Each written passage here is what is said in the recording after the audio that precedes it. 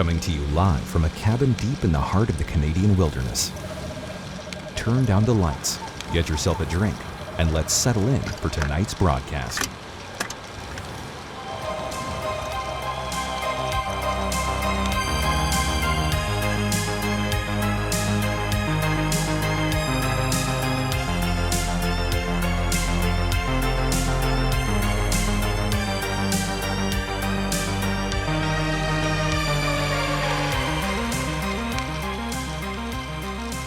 Good evening, and welcome to Midnight Mysteries. Here are your hosts. Hello, Midnighters. Welcome, guys and ghouls. Welcome to another episode of Things That Go Bump in the Night, a part of Midnight Mysteries where you're stuck with me as your host for the evening.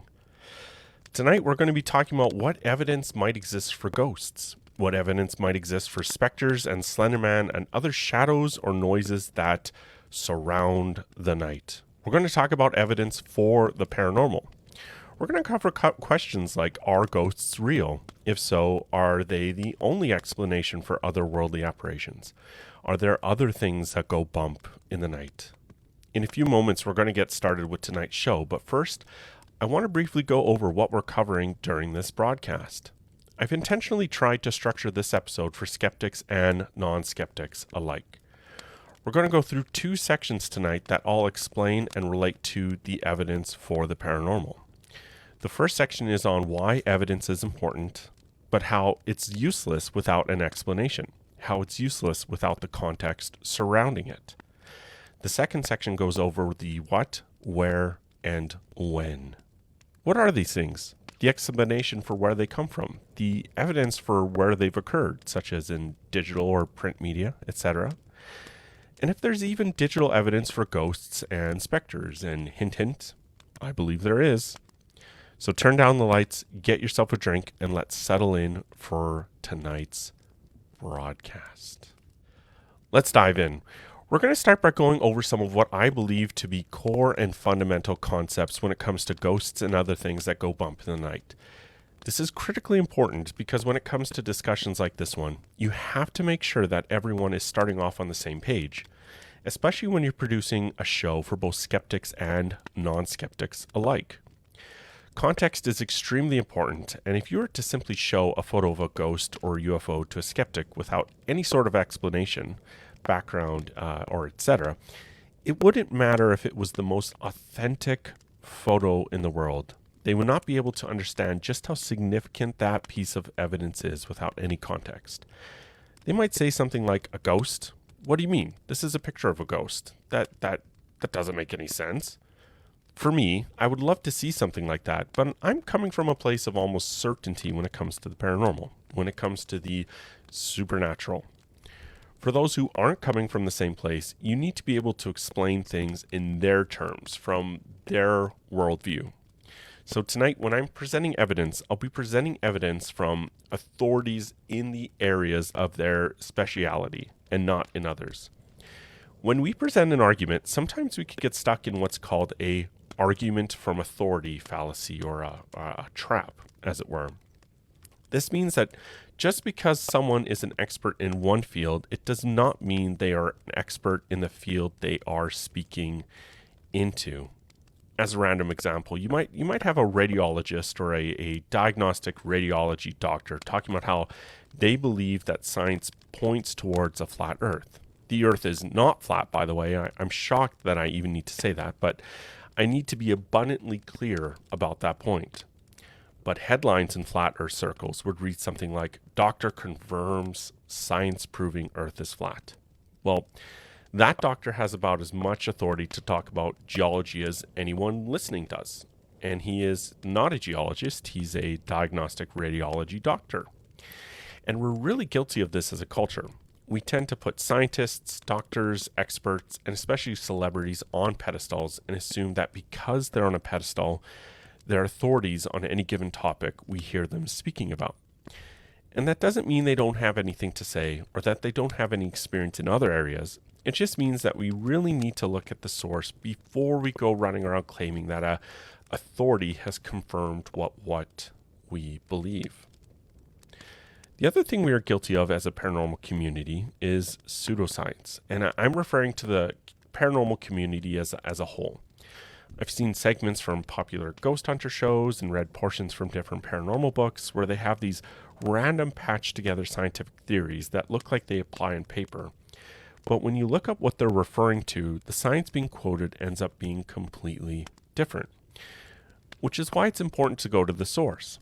Therefore, tonight's show has been researched using the 4 evidentiary benchmarks found in law.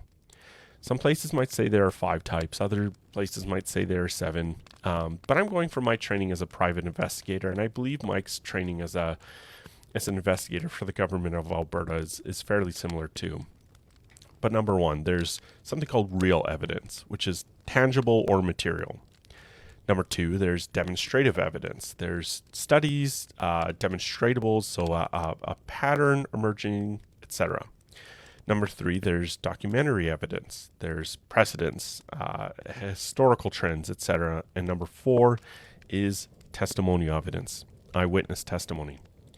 Now, before I continue, even though my goal for this podcast is to present evidence that could be considered beyond a reasonable doubt, I have to specify that when it comes to the paranormal, the supernatural, I do believe there's a wall we hit when it comes to what we can prove or disprove. When it comes to higher dimensionality, we'll unpack what that means in just a minute. We'll get into that more right away here. Now, I also need to be clear that while in my opinion, there is benchmark evidence, there's also certain ambiguity when it comes to the unknown. In other words, even though many of us believe there are things like ghosts, UFOs, etc., we can't explain or prove everything. I do believe there is a lot we can prove, more than we're given credit for, but we can't prove it all. Well, the experience is very real to us. We can't simply lay out what happened like we would for a report in school. This is because we aren't totally able to quantify or summarize and describe what we experienced, because part of it remains otherworldly. Really, this talk could be about anything relating to the paranormal, but tonight we're going to be mainly talking about the ethereal, the paranormal evidence when it comes to the celestial, when it comes to heaven and hell, ghosts, specters, shadow beings, and monsters. Let's get into section 2. The what, where, when, and why. We'll be getting into the evidence for the what later on, but first we need to define what the what is. And for the what, we're going to be specifically speaking about ghosts and specters. I know that sounds really broad, but we're going to narrow it down. We can't just paint with broad strokes and expect to come up with a detailed picture. Ghosts are probably one of the most recognizable paranormal topics in our culture, and the definition of both ghost and specters covers more than enough ground for tonight. We're going to be getting into more specifics later on, but we need to start with a direction that could incorporate a grouping of beings and experiences.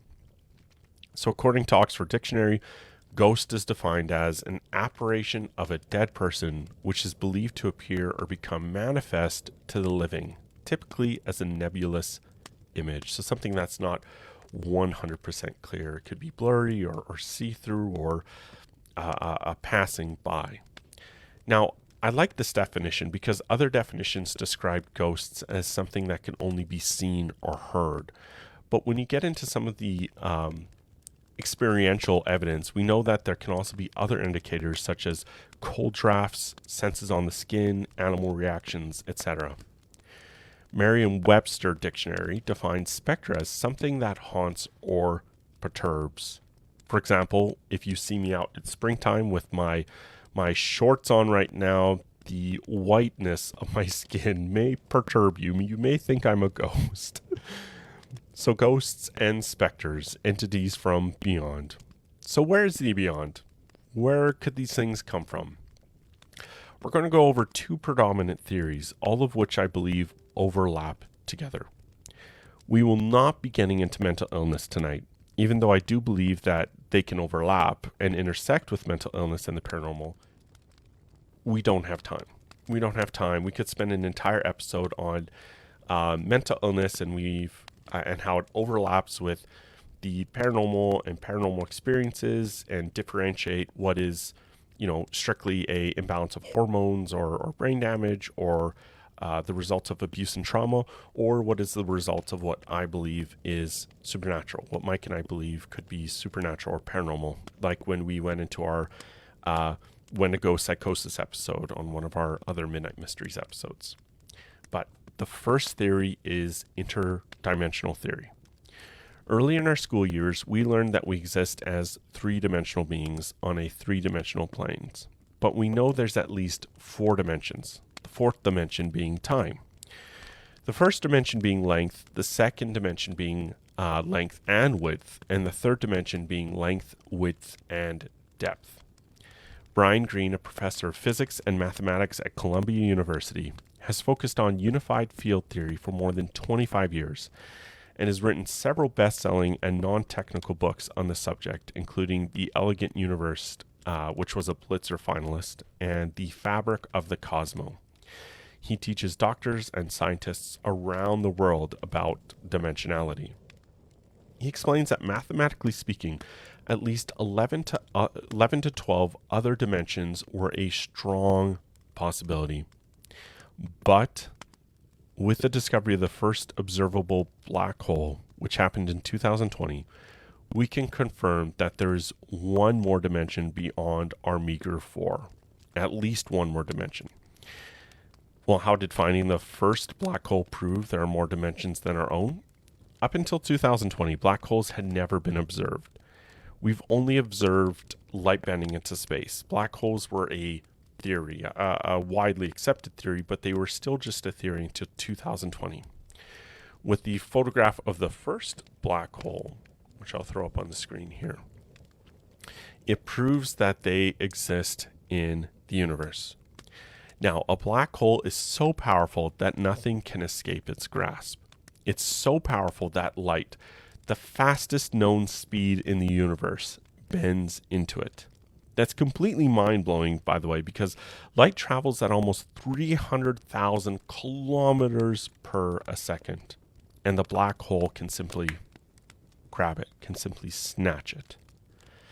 So where does that light go? Where do these planets and other celestial objects go when they're pulled into a black hole? And this is building up to my point, I promise. Well, according to the study entitled Search for Wormhole Candidates in Active Galactic Nuclei, Radiation from Colliding Accreting Flows. I don't know who thought that title was a attention grabber, but it's quite the mouthful. This study was published in August 2020 by Cornell University and the Central Astronomical Observatory of the Russian Academy of Science, which is a huge observatory. And they were able to test and monitor the flow of material both in and out of what are called supermassive black holes. What they've observed is, and I quote, matter entering the supermassive black hole and colliding with other matter inside. Charles Choi, a journalist and writer for Live Science and other scientific outlets, interviewed the study lead author, Mikhail Piotrovich, an astrophysicist at the Central Astronomical Observatory. Mikhail explains that Einstein first proposed the idea of wormholes into other dimensions. But Einstein explained that smaller black holes were not powerful enough to pull matter into another dimension. But super black holes might just be powerful enough to enter another dimension.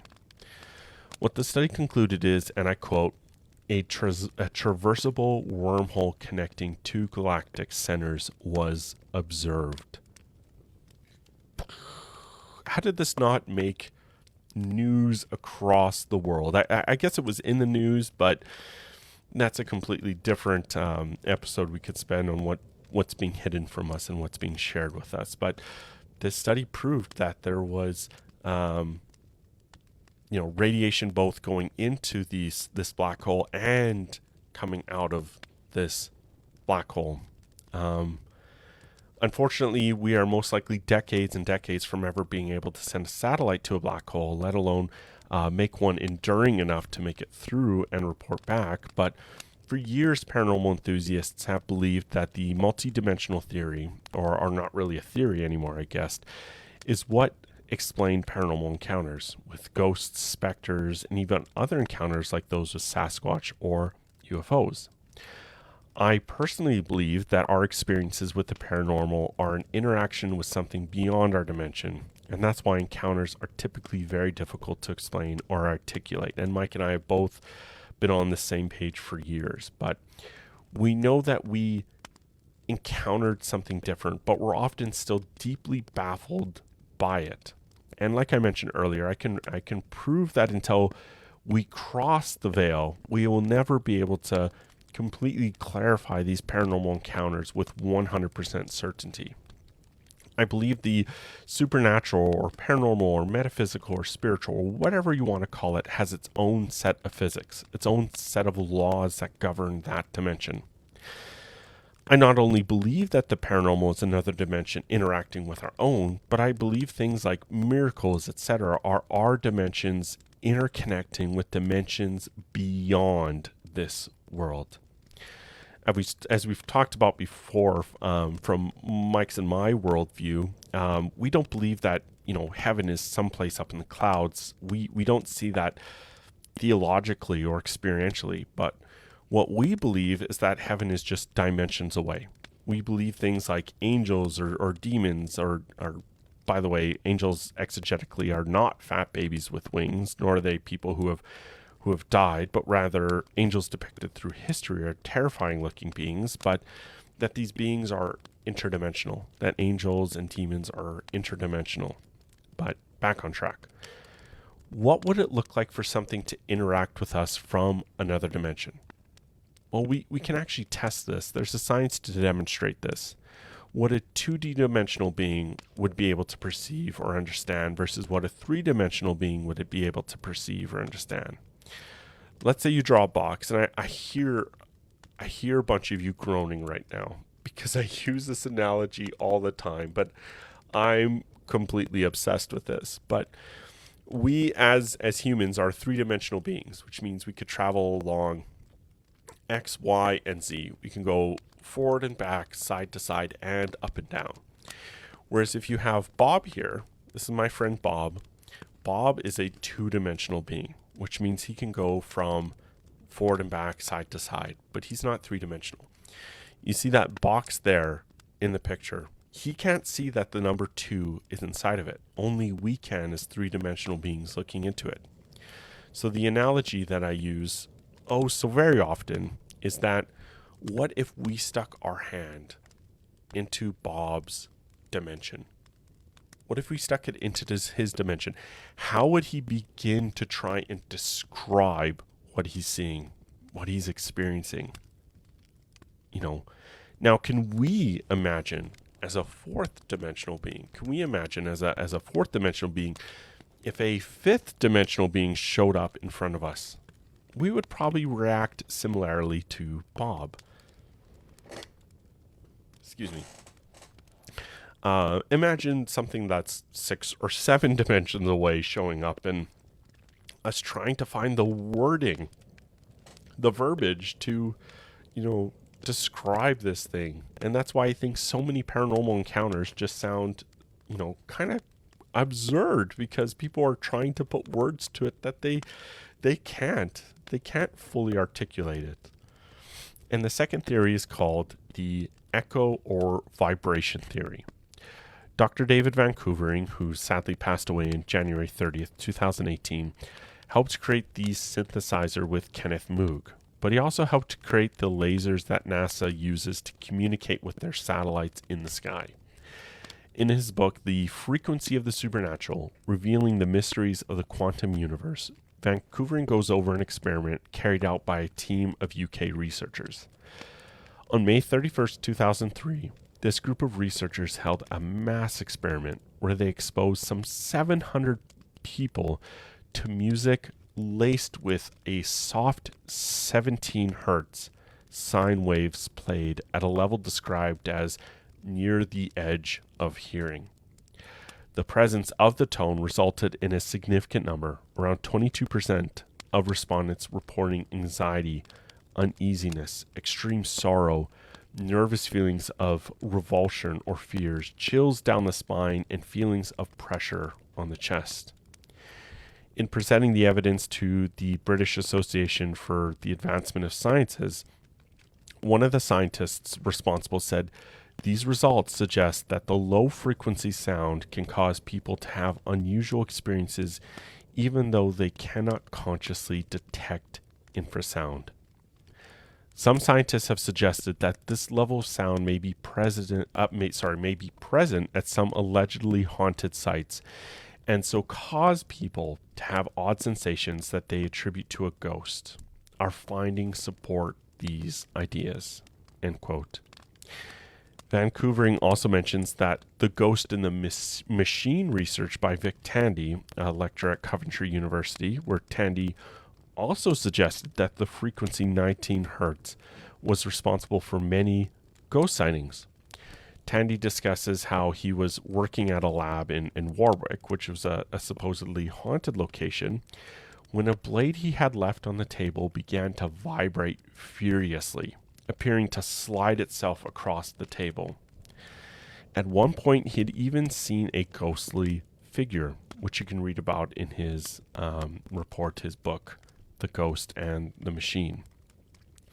Further investigation led him to discover that the lab fan was emitting a frequency of 18.98 hertz. It's almost 19, what we're referencing. And this was why he saw a ghostly figure. It was an optical illusion caused by his eyeballs resonating. Tandy investigated this phenomena further and wrote a paper entitled The Ghost in the Machine. He carried out a number of investigations at various sites believed to be haunted, including the basement of the Tourist Information Bureau next to Coventry Cathedral and Edinburgh Castle. I can't spend too much more time on the where part of the subject, but essentially Dr. David Vancouvering proposed that along with these particular frequencies, there was the possibility that as we vibrate on a molecular level, that some of the time after someone has passed, that vibrating material produces an echo of the person, even after passing. And what's interesting is Carl Sagan talks about how sound, how when you put out a sound, when you put out music or put something out over the radio, it doesn't completely disappear. Sound waves don't completely disappear. They just get to such a low wave that we can't pick it up anymore. And so they'll actually travel past Earth and beyond. And that's why we can pick up, these old sounds from comets that have died out or stars that have gone supernova, etc. But can you imagine if you invented a device that would pick up these frequencies that just go on and on forever? You could pick up conversations, in the middle of your house from decades ago, or in the middle of land from thousands of years ago.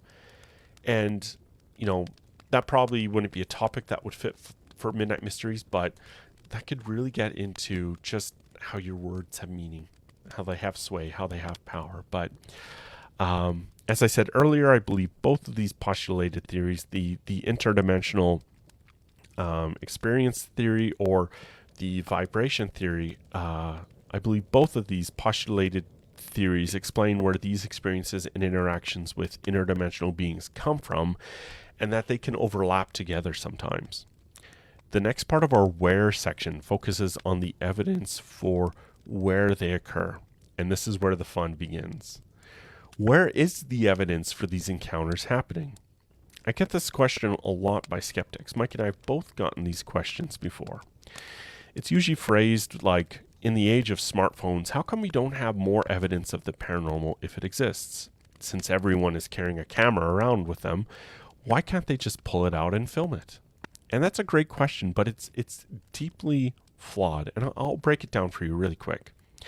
When you look at any sort of occupation that deals with high levels of adrenaline and focus and life or death scenarios, there's consistent training, immediate training, hours and days on end of training.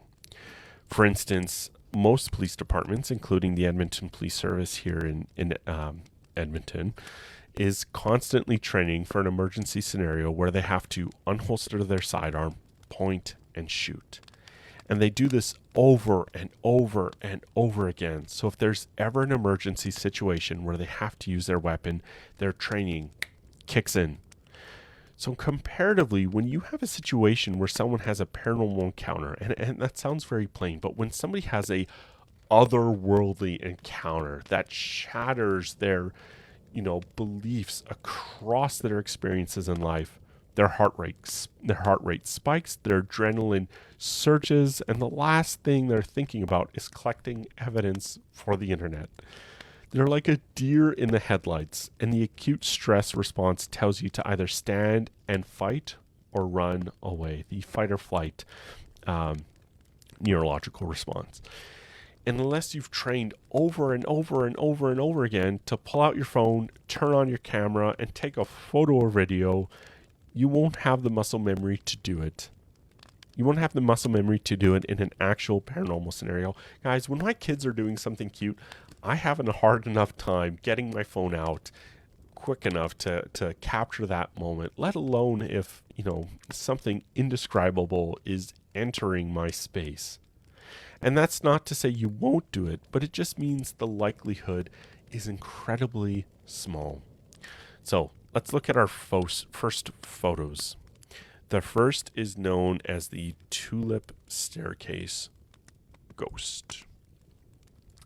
And just to note, I will not be including any other photos where double exposure could be a possible explanation, because this one, it could be the result of double exposure. But I think this one is credible because it was analyzed by a group of lens engineers at Kodak, the brand of this camera, and they didn't find any bleed or double exposure, ghosting, imprints such as flaws or defects or more. This summary is from Stephen Wanger from Live About. Reverend Ralph Hardy, a retired clergyman from White Rock, British Columbia, took this now famous photograph in 1966. He intended merely to photograph the elegant spiral staircase known as the Tulip staircase in the Queen's House section of the National Maritime Museum in Greenwich, England. Upon development, however, the photo revealed a shrouded figure climbing the stairs, seeming to hold the rail with both hands. Experts, including some from Kodak, who examined the original negative, concluded that it had not been tampered with. It's been said that the unexplained figures have been seen on occasion in the vicinity of the staircase, and unexplained footsteps have also been heard. This photo isn't the only evidence of ghostly activity at the Queen's House. The 400-year-old building is credited with several other apparitions and phantom footsteps even today. Recently, a gallery assistant was discussing a tea break with two colleagues when he saw one of the doors of the bridge room close by itself. Quote and unquote, "Then I saw a woman glide across the balcony and pass through the wall on the west balcony," he said.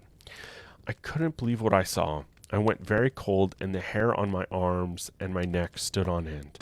We all dashed to the Queen's presence room and looked down towards the Queen's bedroom. Something passed through the anteroom and through the wall. Then my colleagues all froze too.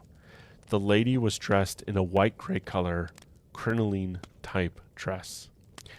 Other ghostly going-ons include the unexplained choral chanting of children. The figure of a pale woman frantically mopping up blood of the Tulip staircase. It's said that 300 years ago, in fact, a maid was thrown from the highest banister, plunging 50 feet to her death. And this has some historical corroboration with it too. But there was also slamming doors, tourists being pinched, and more. And of course, again, this can be explained by double exposure, but back then it was a lot of work to get away with something like that. A lot of work. And just the fact that nobody else is coming up and down the stairs, nobody else is going past when they would have had to, I believe, I could be wrong, but I believe back then with photography, with long exposures, you had to leave the camera going for like an hour, which is just crazy. But If that one's not convincing, our next one is called the extra hand, and some of you will have seen this before. I originally came across this photo on Reddit, but it wasn't posted on a paranormal page. He had posted it on a separate thread around 2006, hoping for some sort of psychological or scientific answer. That doesn't really make sense to me, but from what I gathered, he was pretty desperate. His name is Quinn Baxter. Over a period of 6 months, he had been experiencing what felt like a hand being placed on his shoulder. This would happen when he was laying on his side at the night in his bed. It would happen in the shower or when he would be tying his shoes. And every time this happened, it would remind him of some severe traumatic abuse he'd experienced as a child. He wasn't comfortable with me sharing about the abuse, but essentially the male involved would often place his hand on Baxter's shoulder before the abuse would commence. Baxter felt like that these mysterious occurrences of the phantom hand placement on his shoulder were nothing more than going through some sort of PTSD, but each time it happened, it would create a massive anxiety attack, followed by a deep feeling of fear, a feeling of fear to his core, a guttural feeling of fear. He assumed it was strictly psychological, but then he saw the photo. On his right shoulder and left shoulder, there is a hand, and the one on his right shoulder facing us, there should not be a hand there. There is no physical reason for why there should be a hand there. And just so you know, I ran this photo through a photo forensics auditing software that I have access to through both MUFON and through Mike's and my private investigations company. And there's no Photoshop metadata tags. There's no Windows Paint tags, etc. There isn't even some sort of cropping tag in it. And this next photo is just a bit of a small Easter egg. There's Denise Russell, and she took this photo of her grandma, who lived alone at the time, on August 17th, 1997. After receiving the photo back from the printers, the Russell family say that it's an image of their grandpa who died in 1984. Numerous paranormal debunking sites have scratched their heads over this photo, so I'm going to quickly continue. There are a lot of different explanations, but nobody adequately proved who that older gentleman is standing behind her and how he only showed up for the photo itself. I might go more into the history of this photo in the future, but again, it's just a quick Easter egg for tonight. There are a lot of rumors about the next photo too, but it was in our Midnight Mysteries Instagram post. We frankly, to be honest, we don't know much about it. We know that this photo was taken in the late 1950s based on the settings, clothing, and dinnerware.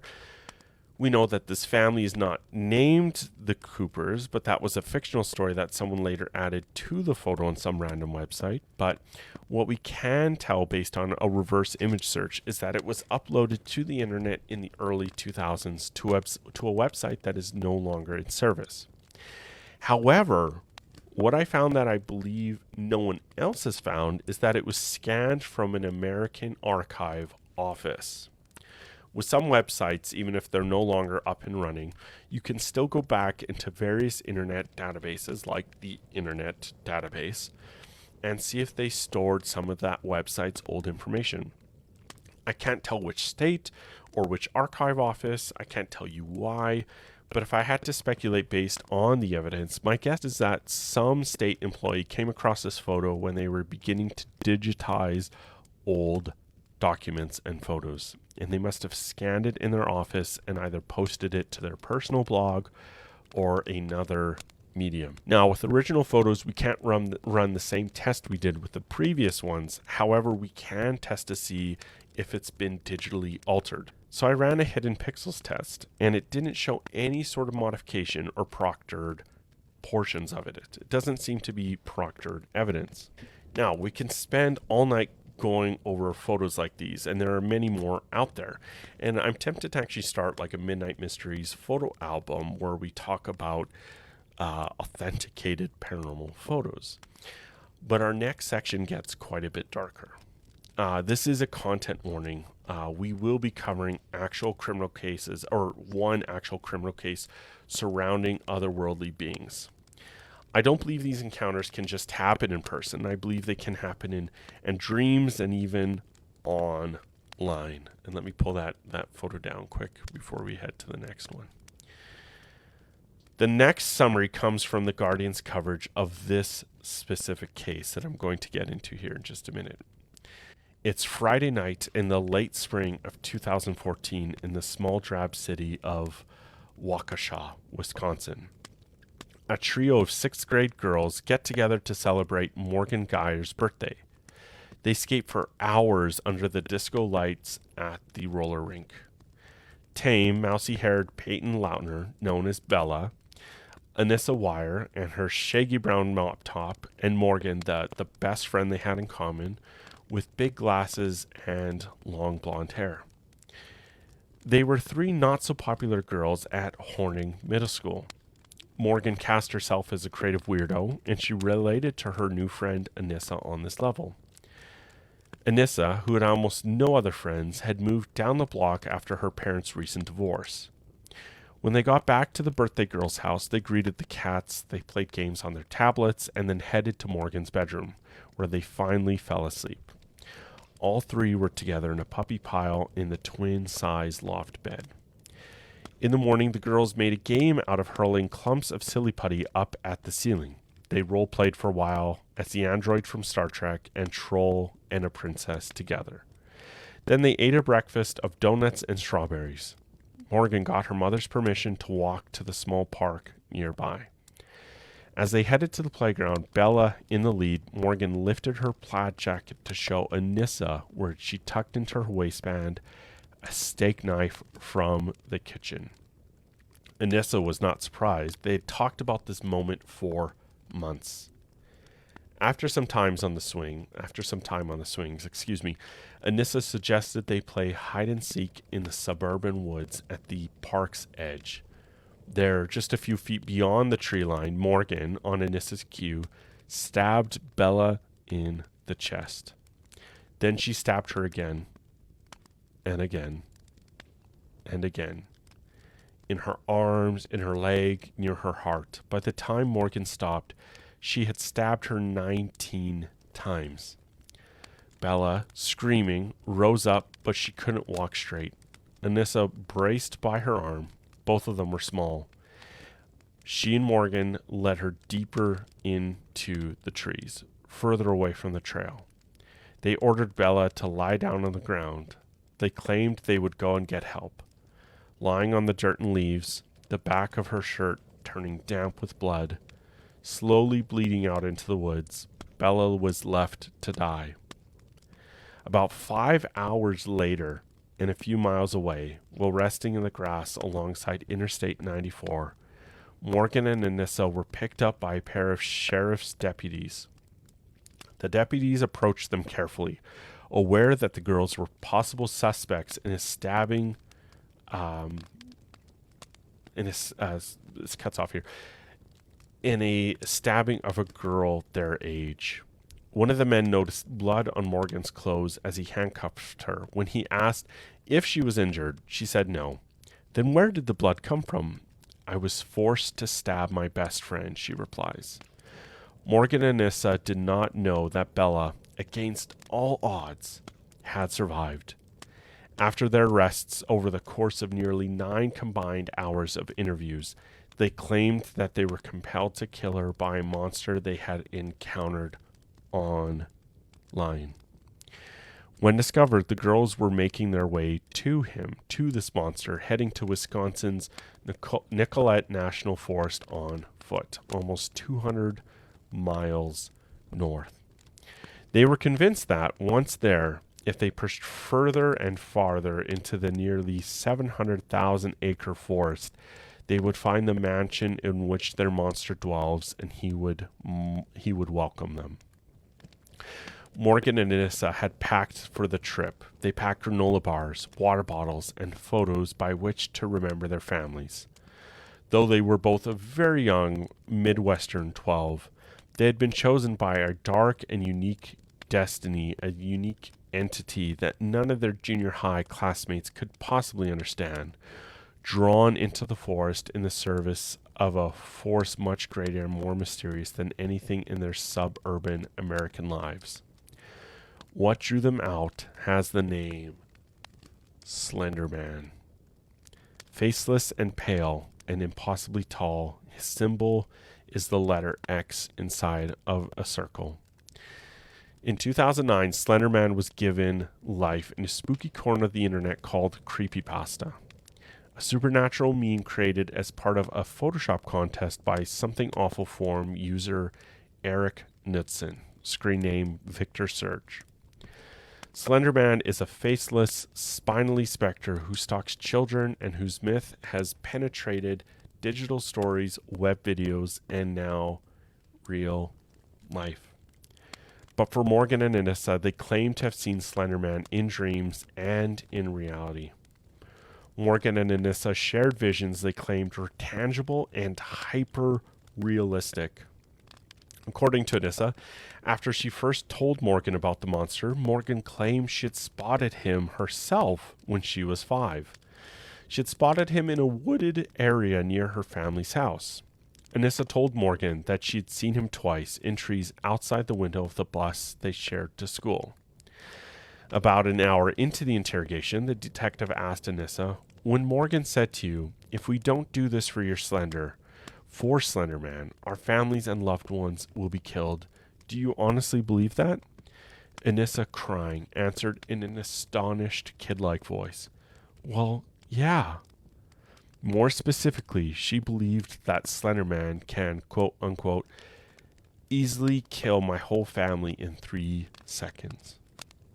Just hours earlier, during their long trek to the Nicollet Forest, the girls were convinced that they had caught a glimpse of him along the way, in the suburban woods among the trees by the highway. They could hear the rustling of him following close by. In 2017, Wire pleaded guilty to being party to attempted second-degree homicide.